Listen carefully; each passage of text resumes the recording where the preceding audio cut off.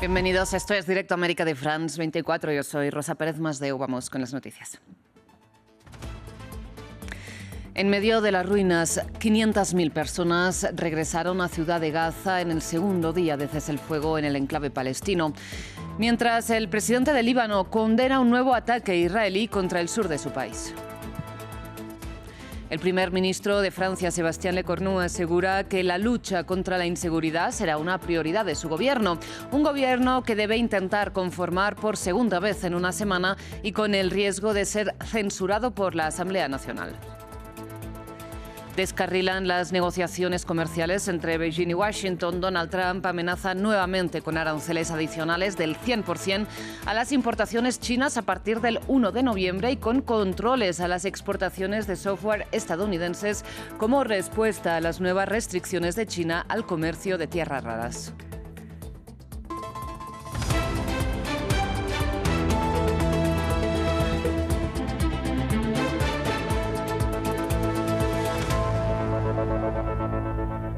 Iniciamos en la Franja de Gaza porque en el segundo día ya de cese el fuego, 500.000 personas regresaron a Ciudad de Gaza, según la Defensa Civil Palestina.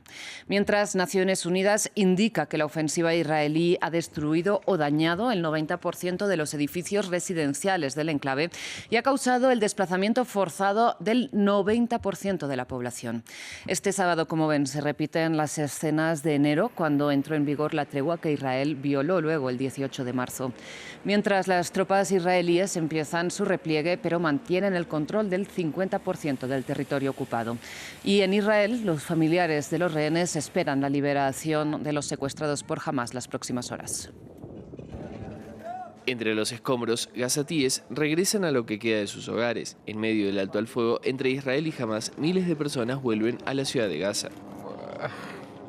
Nos dirigimos hacia lo desconocido, realmente lo desconocido. Ni siquiera sabemos a dónde vamos. Incluso en los campamentos no encontramos un lugar donde montar una tienda, si es que existe alguno. No sé qué decir. Las imágenes hablan más que cualquier palabra. Destrucción, destrucción y más destrucción. Israel ordenó a sus tropas cesar el fuego contra el enclave palestino, en medio del acuerdo de tregua firmado por las partes en conflicto, aunque el ejército israelí se ha replegado, aún controla cerca del 50% del enclave. Vivíamos aquí, la primera planta fue atacada y destruida y la segunda también. Ahora solo es un montón de escombros. Lo que más deseamos es que cese el baño de sangre. Eso realmente nos alegra. Mi hijo fue martirizado, que Dios tenga piedad de él, pero estamos felices de que al menos haya cesado el baño de sangre. Mientras, en Israel, familiares de los rehenes esperan ansiosos el regreso de sus seres queridos, secuestrados hace más de 2 años. Siento que el pueblo de Israel estuvo conmigo, me acogió y me quiso durante 2 años, más de 2 años. Todas las organizaciones que estaban aquí nos apoyaron de verdad. No hay nada como el espíritu optimista de una nación como esta, sin invitación, sin nada. De hecho, ahora estoy emocionado, porque siento que todos los que están aquí simplemente no podían hacer otra cosa que estar aquí.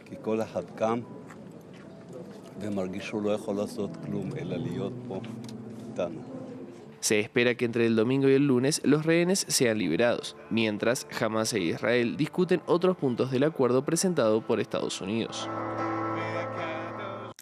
Ya a principios de este año de 2025, frente a la devastación causada por los bombardeos israelíes, la Liga Árabe determinó que se necesitarían unos 53.000 millones de dólares y cerca de 5 años para reconstruir la mayoría del enclave palestino. Sin embargo, estos cálculos deberán ahora actualizarse, sobre todo tras la última ofensiva israelí contra la capital, contra Ciudad de Gaza, la urbe más poblada y también la principal para la economía del territorio.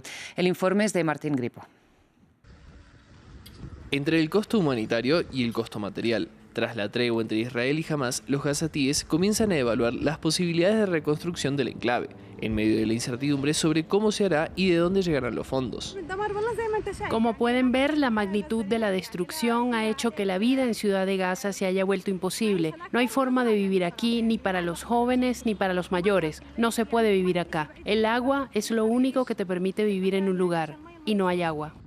A comienzos de 2025, líderes de la Liga Árabe habían estipulado que se necesitaban 53.000 millones de dólares y unos 5 años para recuperar la devastada Franja de Gaza, sumada la necesidad de rehabilitar cerca de 8.000 hectáreas de cultivos. Sin embargo, los cálculos deben actualizarse, puesto que los últimos ataques de Israel fueron dirigidos a la ciudad de Gaza, la más poblada del enclave. Mi casa que construí hace 40 años desapareció en un instante, no me queda nadie. Todos mis hermanos se han ido, murieron y mis sobrinos también. ¿Qué queda en el mundo? La muerte es mejor que la lucha que libramos. El sistema de salud gazatí es otro de los puntos críticos y necesario en la reconstrucción. De acuerdo a la Organización Mundial de la Salud, se necesitarían 7.000 millones de dólares para cubrir la respuesta humanitaria, la reconstrucción temprana y a largo plazo de todo el sistema. Cuando cese la lucha, comenzará una nueva batalla, reconstruir el sistema de salud de Gaza y rescatar a toda una población al borde de la hambruna y la desesperación. Según la ONU, de los 176 centros de salud de atención primaria, solo un tercio están parcialmente operativos y la falta de personal agrava el panorama. Desde 2023, la ONU reportó más de 1.700 trabajadores de la salud muertos por los bombardeos. En paralelo, en este segundo día de tregua en la Franja de Gaza, el ejército israelí mató al menos a una persona e hirió a otras 7 con un ataque aéreo contra el sur del Líbano. Según cita la agencia Associated Press, las fuerzas israelíes aseguran que se trató de una operación contra instalaciones de fabricación de maquinaria pesada que sería utilizada para reconstruir infraestructura de Hezbollah, con quien firmaron, recordemos, una tregua en noviembre pasado, una tregua repetidamente violada, según Naciones Unidas. Sin embargo, el presidente libanés Joseph Aoun denunció una nueva agresión israelí sin justificación ni pretexto. En otras noticias, en Francia, el primer ministro, Sébastien Lecornu, declaró que su eventual próximo gobierno debe ser libre de los intereses partidistas. Eso a pesar de que el macronismo, recordemos, no cuenta con mayoría en la Asamblea Nacional y de que necesita, por lo tanto, tejer alianzas con otros partidos para no ser derrocado el gobierno como sus antecesores. Este gobierno debe ser libre, es decir, debe tener sensibilidades partidistas, pero no estar preso de los partidos. Este gobierno debe ser libre incluso con respecto a las próximas elecciones presidenciales. También es necesario que ahora sea un gobierno que no esté completamente preso de ciertos intereses partidistas.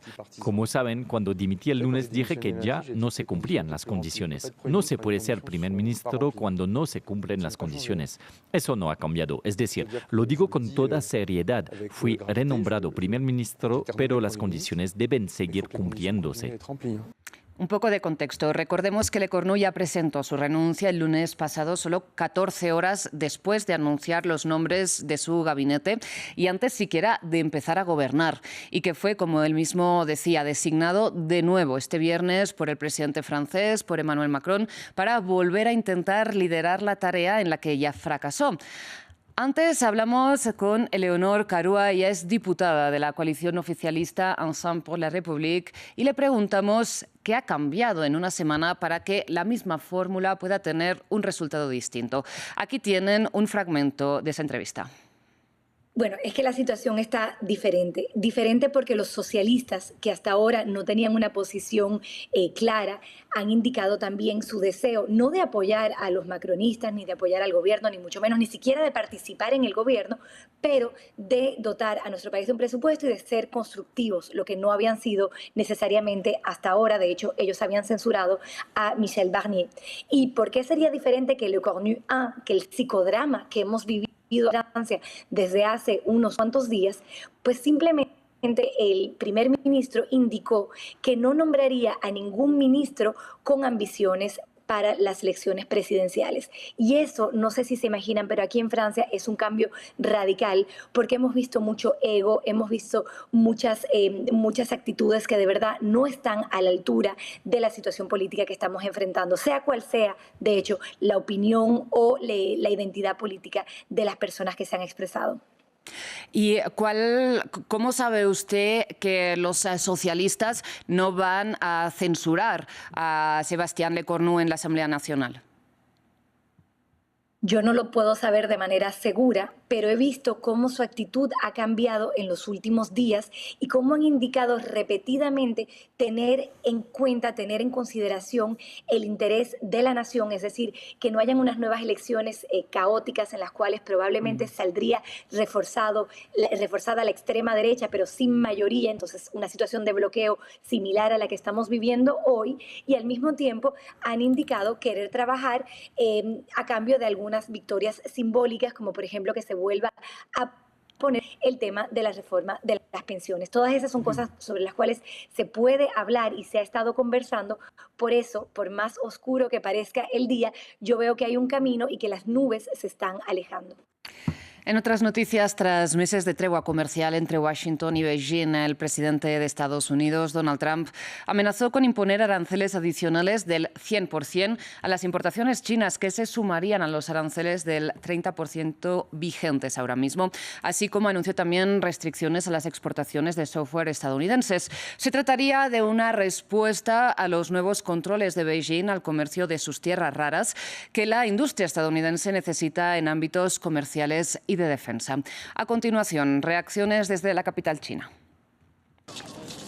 Nuevo episodio en la guerra comercial entre Washington y Beijing. El presidente Donald Trump ha anunciado un arancel adicional del 100% a los productos procedentes de China. Esto enfriará las ya tensas relaciones entre China y Estados Unidos, después de poner en duda un cara a cara con Xi Jinping a principios de noviembre en Corea del Sur. El presidente estadounidense no descartó reunirse con su homólogo chino.